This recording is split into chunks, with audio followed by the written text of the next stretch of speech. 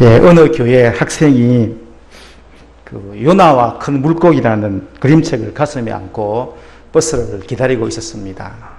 그러자 그 옆에 같이 있던 아저씨가 짓궂은 질문을 이 학생이 합니다. 얘야, 너는 요나와 큰 물고기가 물고기 이야기를 진짜라고 믿냐? 예, 그럼 믿죠. 그래? 그러면 그 보니까 요나가 물고기 뱃속에서 3일 밤 3일 낮을 있었다고 하는데 그게 내가 믿으면 그거 내한테 한번 증명을 해볼 수 있니? 이렇게 짓궂은 질문을 하는 겁니다. 그러니까 이 학생이 한참 생각해 봅니다. 증명을 하라. 한참 생각한 학생이 이렇게 이야기를 합니다. 아저씨, 잘 모르겠는데요. 그런데요, 제가 나중에 천국에 가면 제가 요나 아저씨께 물어볼게요. 이렇게 얘기하는 겁니다. 아저씨가 씩 웃으면서 다시 또 묻습니다. 야, 만약에 요나 아저씨가 천국에 없으면 어쩔래? 학생이 즉시 대답하죠. 그러면 아저씨가 지옥에 가서 물어보세요. 네, 천국 아니면 지옥 두 군데 중에 한 군데 있겠죠. 그죠? 네, 아저씨가 그 지옥 가서 물어보세요. 이 이야기는 그 천국과 지옥이 있다는 사실을 재미있게 잘 표현한 내용이라고 할 수가 있습니다. 신앙생활에서 우리가 믿어야 할 내용이 많이 있지만 그 중에 참으로 중요한 내용은 이 세상이 끝이 아니고 다음 세상이 있다는 것입니다.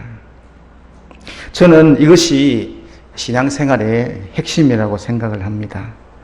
믿지 않는 사람들은 뭐 내세는 무슨 내세, 이 세상이 끝나면 끝이지 이렇게 이야기를 합니다.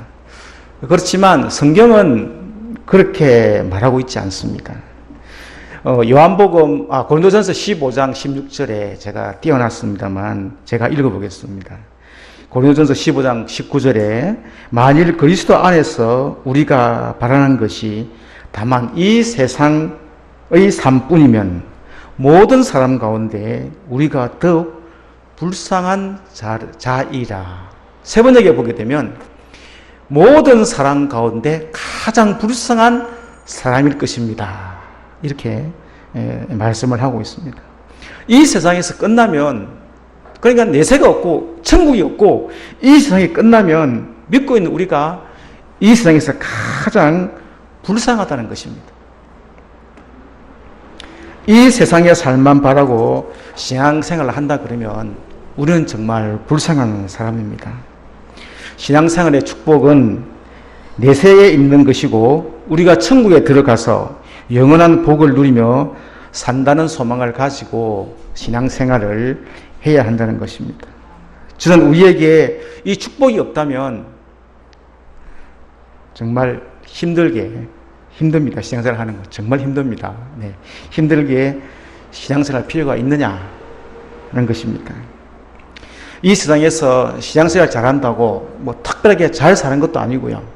솔직하게 물론 신앙생활 잘하시면 잘 삽니다만 신앙생활 열심히 한다 그래서 특별하게 잘 사는 것도 아니고 아픈 것 슬픈 것 다 겪어가면서 힘들게 신앙생활 할 필요가 있느냐 생각을 해봅니다.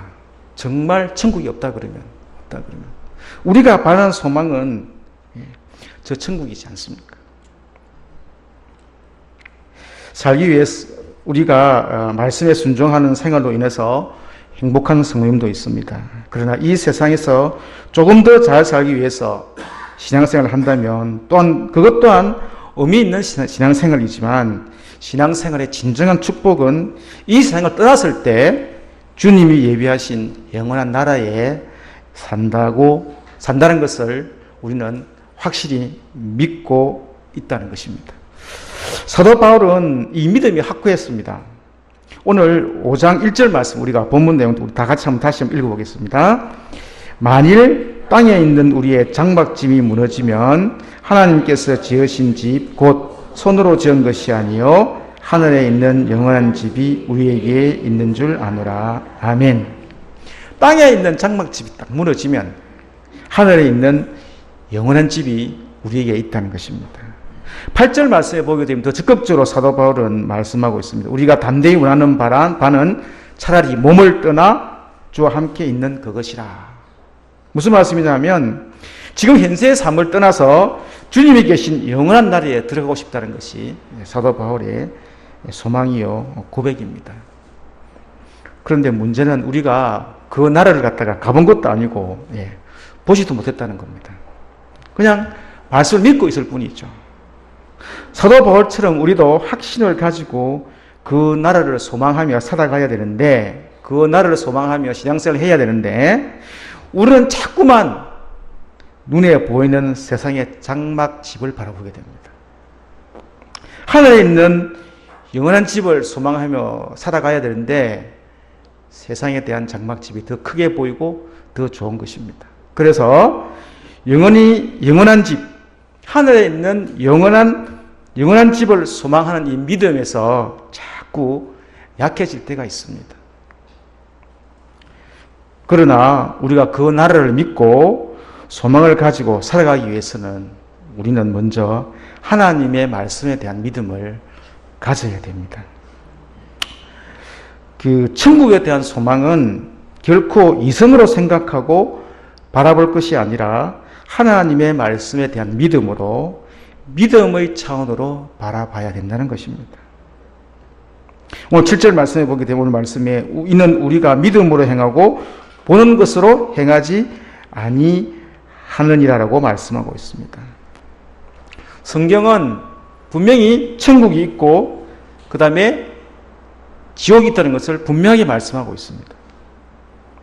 특히 누가복음 16장 19절에서 31절에 보게 되면 여러분이 잘 아시는 바와 같이 예수님께서 부자와 나사로 이야기를 하십니다. 나사로, 부자 둘 다 죽었습니다. 그리고 나사로는 천국에, 아브라함 품에, 부자는 음부, 지옥에 떨어졌습니다. 부자가 음부에서 아브라함 품에 있는 나사로를 딱 보고 뭐라 얘기합니까? 나를 긍휼히 여기셔서 나사로의 그 손가락 끝에 물로 한 방울 딱 찍어가지고 내 혀에 좀 찍어달라고. 너무 뜨겁고 고통스러워 못 살겠다고.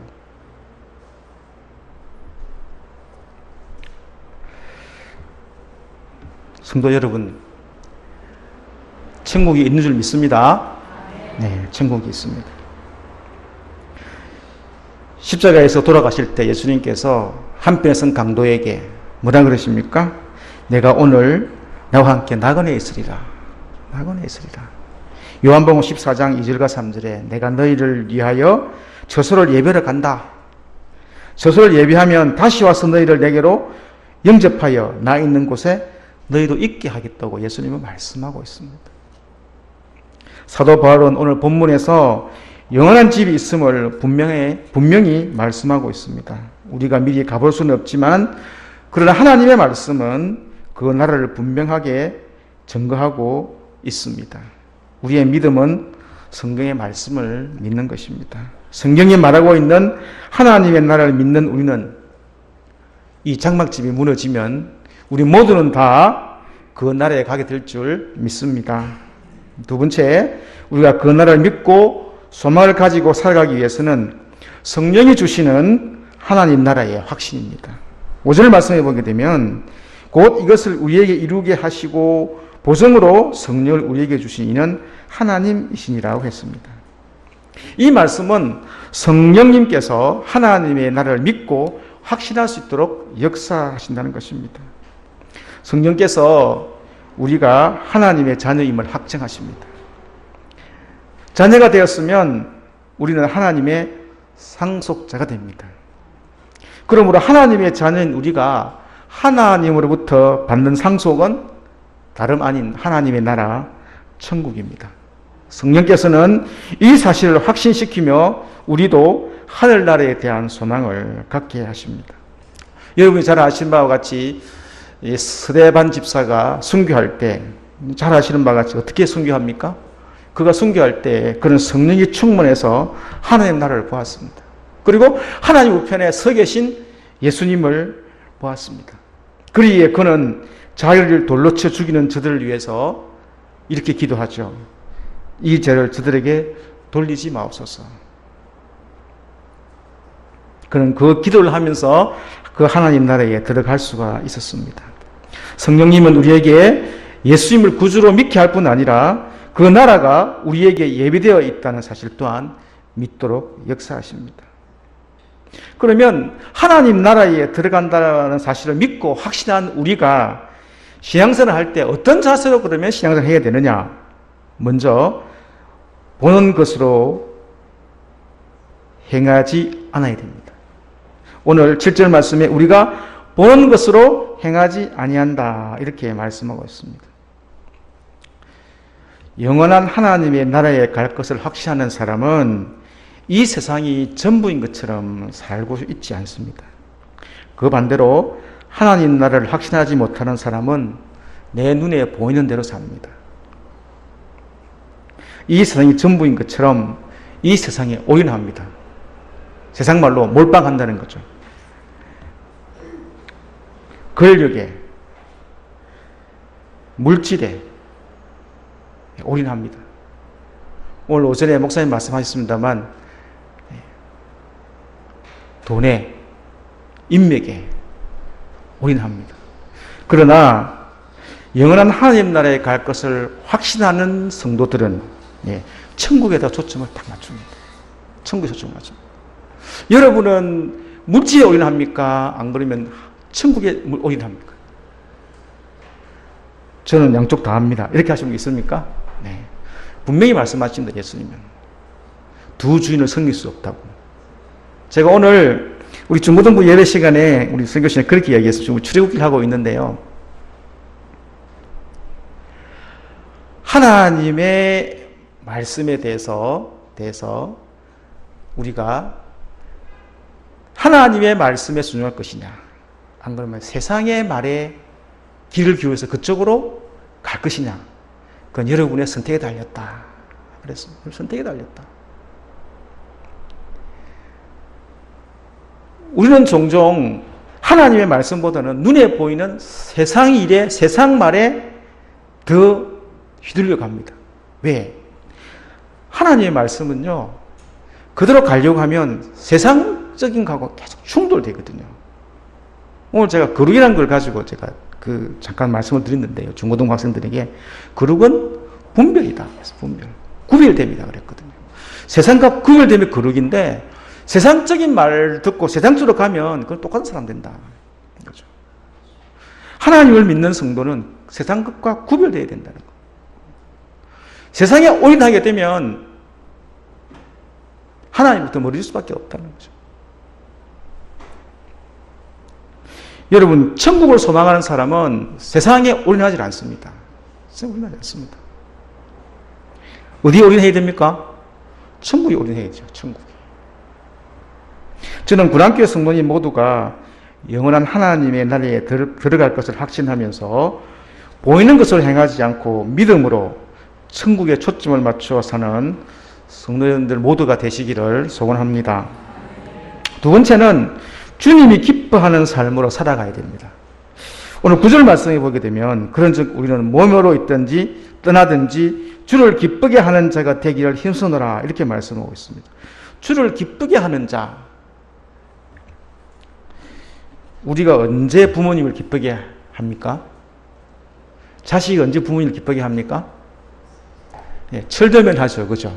철들면 부모 말 듣습니다. 철들면 부모님을 기쁘게 합니다.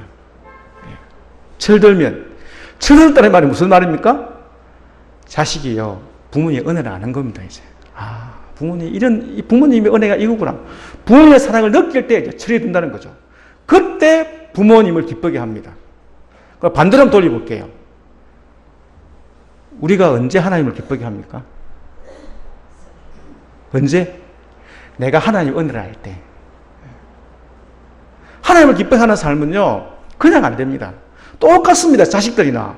하나님의 은혜를 내가 알 때, 내 가슴에 내려와서, 하나님의 은혜가 이것이구나. 그걸 알 때, 하나님을 기쁘게 하는 삶을 살게 됩니다. 살지 말라고 해도 살게 됩니다. 자식이요, 부모님의 은혜를 알면요, 하지 말라 그래도 한다니까요. 신앙에도 철들어야 됩니다. 철들어야 됩니다. 처음 예수를 믿을 때 우리는 예수님이 어떤 분인가를 조금씩 알아갑니다. 그때 철 안 듭니다. 처음 믿었으니까요. 똑같습니다. 제가 가만히 말씀을 준비하면서 똑같다. 처음에 예수 믿으면 아무것도 모르거든요. 근데 말씀을 보고 조금씩 예수님을 알아갑니다. 그리고 예수님이 어떤 분인지, 하나님이 어떤 분인지를 알아가면서 하나님이 이런 분이었나 하고 그게 가슴에 와 탁 닿을 때 내가 이렇게 살아서는 안 되겠구나. 그래서는 안 되겠구나. 예수님이 주신 말씀 있죠. 너희는 세상의 빛이라. 너희는 세상의 소금이라. 빛된 삶, 소금된 삶, 그게 하나님을 기쁘시게 하는 삶 아닙니까?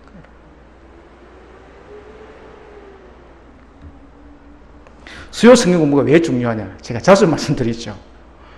예수님이 어떤 분인지, 하나님 어떤 분인지 가르쳐줘요. 그냥 알기에는 시간이 너무 많이 걸립니다. 그렇지만 말씀을 배우면서 탁탁 부딪히는 걸 보면 하나님이 이런 분이구나. 그걸 알게 되면 말 안 해도 자연스럽게 하나님을 기쁘게 하는 삶을 살아갈 수밖에 없습니다.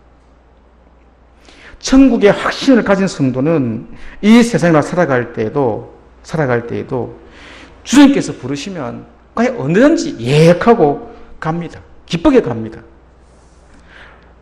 그리고 반대로 이 세상에서의 더 생명을 허락하시면 기회 주신 것 감사하고 그 감사하면서 주님이 기뻐하시는 삶을 살아가면, 그리고 자기에게 주어진 사명 잘 감당하면서 최선을 다해서 살아가게 되어 있습니다. 봄이고 여름이고 가을이고 휴가 받으면 세상 사람들, 아니면 저들도 마찬가지입니다만 우리는 여행을 떠납니다. 그죠? 여행 떠날 때 기쁜 마음으로 떠납니까? 안 그러면 좀 슬픈 마음으로 떠납니까? 당연하죠. 기쁜 마음으로 떠납니다. 왜 기쁜 마음으로 떠납니까? 왜요? 가서 많이 보고요. 기쁘면 떠나죠. 중요한 것 하나 있습니다. 왜 기쁜 마음으로 떠나느냐? 돌아올 집이 있기 때문에. 아주 중요합니다. 여행을 기쁜 마음으로 떠나는 이유는 돌아갈 집이 있기 때문에 기쁜 마음으로 떠날 수가 있습니다, 여러분. 근데 여행을 떠나는 사람이 돌아올 집이 없다. 여행 못 떠나죠, 여러분. 못 가죠. 못 돌아오는데요. 못 돌아옵니다. 여행을 떠나는 사람이 기쁜 마음으로 가는 이유는 돌아올 집이 있기 때문에 기쁜 마음으로 갑니다. 기쁜 마음으로 갑니다. 우리에게는 영원한 하나님의 나라가 준비되어 있습니다. 여러분, 그거 잊으시면 안 됩니다. 그 나라는 이 세상에 사람이 지은 것이 아니고요. 하나님께서 지어 놓으셨습니다. 얼마나 잘 지었겠습니까? 하나님이 지으셨기 때문에 정말 좋은 집입니다. 그 나라가 보장되어 있습니다. 사나 죽으나 먹든지 마시든지 무엇을 하든지 그 나라가 보장되어 있기에 우리는 항상 기쁜 마음으로 살아갈 수가 있습니다. 마지막 세 번째, 우리는 상급을 예비하는 삶으로 살아야 됩니다. 상급을 예비하는 삶으로. 10절 말씀해 보게 되니까 우리가 다 반드시 그리스도의 심판대 앞에 나타나야 된다. 이렇게 말씀하고 있습니다. 이것은 그리스도를 믿지 않는 사람을 심판한다는 것이 아니라 믿는 성도들이 받을 상급을 판단하신다는 말씀입니다. 선악간에 어떤 삶을 살았느냐 판단하여 거기에 따라 상급을 주신다는 겁니다. 주님을 기쁘시게 하는 삶과 이 상급은 서로 연결되어 있습니다. 주님을 기쁘시게 하는 삶을 살면요, 상급은 자연적으로 따라오게 되어 있습니다. 여러분, 이 세상에서의 큰 상급 안 받아도 괜찮습니다. 이 세상은 정말 잠깐입니다, 여러분. 정말입니다. 살아서 아시죠? 정말 잠깐입니다. 눈 떴다 감으니까요, 1년이고요. 고개 돌리니까 10년이고요. 뒤돌아보니까 20년입니다, 여러분. 정말 잠깐입니다. 이 세상 큰 상급 필요 없습니다. 하늘나라에서의 큰 상급, 그것 받아야 됩니다. 1980년 3월 달에 프랑스 파리의 브뤼셀 병원에 한 유명한 지성인이 폐수종으로 입원을 했습니다. 그런데 입원한 이 사람이 지성이기 때문에 의사도 그렇고 간호원도 그렇고 간호사도 그렇고 정말 죽음을 담담하게 받아들일 줄 알았는데 죽음이 두려워가지고요 발악을 하는 겁니다. 그냥 물건을 던지고 그냥 막 의사한테 욕짓거리 하고 그냥 막 죽음이 두려워서 1980년 3월 달에 자기 병명이 뭔지 두려웠어요. 묻지도 안 하고요. 아내도 마찬가지로 그 죽음에 대한 공포 때문에 남편에게 남편이 어떤 병명이든 말을 못했답니다. 프랑스 정부에서 너무 이렇게 난리를 치니까 유명한 지성인이라서 신문에 보도를 못하고 막고 이랬습니다. 20세기에 가장 크다는 발자취를 남긴 실존주의 철학자 사르트르였습니다. 사르트르. 한 달 만에, 그는 입원한 지 한 달 만에 세상을 떠납니다. 그가 세상을 떠난 후에 신문에 이런 기사가 났습니다. 사르트르가 왜 그렇게 죽어야 했는가? 발악하면서 공포스럽게 죽음으로부터 자유를 그렇게 외쳤던 그의 말로가 이렇게 비참했던 이유는 무엇인가? 신문에 그런 기사가 실렸다는 거죠. 그때 어느 독자가 신문에 이런 내용으로 글을 투고했습니다. 요즘 같으면 SNS에 댓글을 단 거죠. 사르트르의 말로가 그렇게 비참했던 이유는 사르트르에게는 돌아갈 고향이 없었기 때문이다. 정확하게 정답입니다, 여러분. 돌아갈 고향이 없기에 그는 그렇게 두려워했고요. 발악을 했다는 것입니다. 그런데 우리는 어떻습니까? 오늘 말씀 제목이 뭐죠?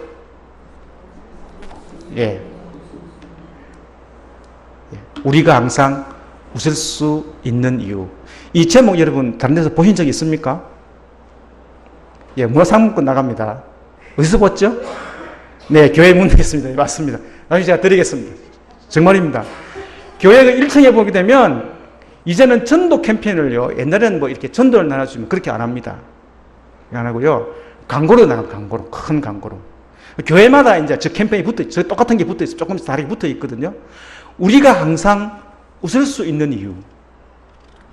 제가 한번 읽어보겠습니다. 여러분 그 PPT에 놓는 거 한번 보십시오. 우리가 항상 웃을 수 있는 이유. 우리의 삶은 긴 여행과 같습니다. 여행도 항상 끝이 있듯이 우리의 삶도 끝이 있기 마련입니다. 하지만 우리는 두렵지 않습니다. 하나님께서 우리에게 돌아갈 수 있는 집을 주셨기 때문입니다. 이것이 바로 우리가 항상 웃을 수 있는 이유입니다. 하나님은 사랑이십니다. 아멘. 그렇습니다, 여러분. 우리가 웃을 수 있는 이유는 돌아갈 집이 있기 때문에 그렇습니다. 돌아갈 고향을 준비하지 못한 사람은 자신이 없습니다. 죽음 앞에. 자신이 없죠. 그렇지만 돌아갈 고향을 준비한 사람들은 자신이 있습니다, 여러분. 죽음이 안 두렵습니다, 여러분. 안 두렵습니다. 모든 것이 그렇습니다만 예비한다는 말은 늘 준비하고 늘 생각하고 늘 소망을 가진다는 말입니다. 평소에 그렇게 예배할 때 마지막 순간도 기쁨으로 감사함으로 그 나라를 맞이할 수 있습니다. 그러나 평소에 준비되어 있지 않으면 나중에 우리가 어떤 모습을 보일지 아무도 모릅니다. 나이가 많든 아직 젊다고 생각하든 천국을 소망하고 천국을 예배하는 삶은 우리 모든 기독교인들이 가져야 할 올바른 자세인 줄 믿습니다. 하루하루 매일매일 천국을 소망하는 믿음으로 준비하는 삶이 되시기를 주님의 이름으로 소원합니다. 기도드리겠습니다. 하나님 아버지, 은혜를 감사합니다. 주님, 우리의 연수가 70이요 강건하면 80이라 하였습니다. 주님께서 저희들에게 맡겨주신 사명 잘 감당하고 이 세상을 떠날 때 우리를 위해 예비하신 집이 있기에 우리는 항상 웃을 수 있기에 감사합니다. 매일매일의 삶을 살아갈 때에 천국을 소망하며 믿음으로 행하고 날마다 기쁨으로 행하고 하늘나라의 상급을 쌓는 삶으로 오늘 또 주님께 영광 돌려드리는 복된 날들 될 수 있도록 주님 인도하여 주시옵소서. 예수님의 이름으로 기도드립니다. 아멘.